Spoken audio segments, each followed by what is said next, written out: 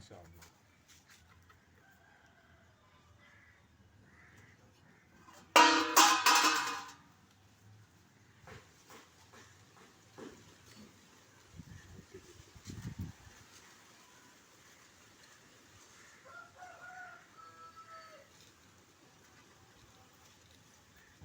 மடியேற்றி கொடுக்குது.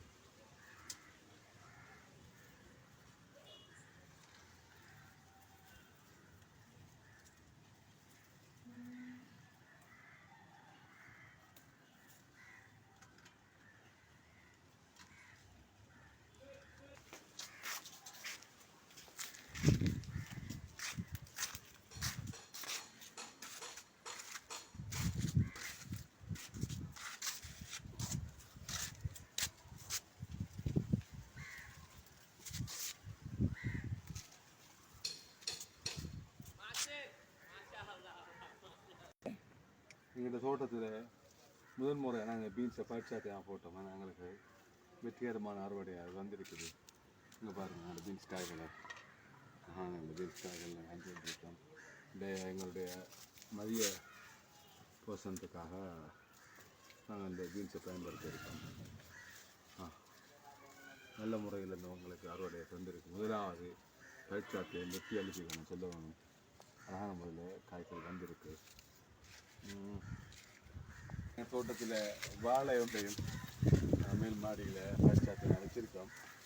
இலைகள் விட்டு சிறப்பாக வருது. சிறிய பராயத்திலேயே காய்க்கக்கூடிய அந்த வாழைகளுக்கு நாங்கள் சக்தியில் மேல் பயிற்சியை பார்ப்போம். இன்ஷா அல்லாஹ் குறை போடும் நேரம் வந்து அறுவடைக்கும் உங்களுக்கு நாங்கள் தருவோம். இன்ஷா அல்லாஹ் வெண்டாங்காட்டமாக சோளம் கொஞ்சம் அதிகமாக வச்சுருக்கிறோம். நிறைய இருக்குது. அதாவது எங்களுக்கு வெற்றிகரமான அறுவடை வரும். அதே போல் தக்காளி நாங்கள் அறுவடை செஞ்சோம். பாருங்கள், அழகான சூப்பர் வெரைட்டி தக்காளி. இந்த தக்காளியை பார்க்கும்போதே சாப்பிடும் ஆசை வரக்கூடிய அழகான தக்காளி. பார்த்து பீன்ஸ் எல்லாம் 1000 பாரம்.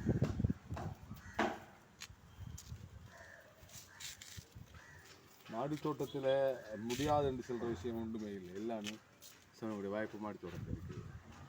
எல்லாமே மாடி தோட்டத்தில் இருக்குது. அந்த அளவுக்கு நாங்கள் இது அனுபவப்பட்டோம். அந்த மாடி தோட்டத்தோட மாடி தோட்டத்தில் நாங்கள் காய்கறியை செஞ்சு வரோம். வேலைகளுக்கு நாங்கள் இதுவரையில் பல் வெரைட்டி ஆஃப் வெஜிடபிள்ஸ் பல்வகையான மரக்கரெல்லாம் இதில் போட்டு வெற்றி கண்டிருக்கோம். அதே மாதிரி இங்கே பாருங்கள், இது பீன்ஸ் தான். இங்கே பாருங்கள், இந்த பீன்ஸ் அழகான முறையில் எங்களுடைய ஸ்பெஷல் இருந்துச்சுன்னா எந்த கெமிக்கல் ஒன்று யூஸ் பண்ணுறதில்ல. எல்லாமே எங்களுடைய இயற்கை வளங்கள் மாட்டெருவு போடுறோம். அதே மாதிரி பூச்சிகளை பாதிக்காமல் நாங்கள் பூச்சிகளை விரட்டுவதற்காக வெள்ளைப்பூடு, இஞ்சி, பச்சை வச்சிக்காய், அதே போல் வேப்பிலை சாறை கொண்டு போஜி கல்சல் சொல்லுவாங்க, அந்த சாறுகளை கொண்டு எங்கள் பூச்சிகளை நாங்கள் விரட்டி கொள்கிறோம். சிறப்பான முறையில் இந்த இன்றைக்கு பீன்ஸும் அறுவடையாக பாருங்கள்.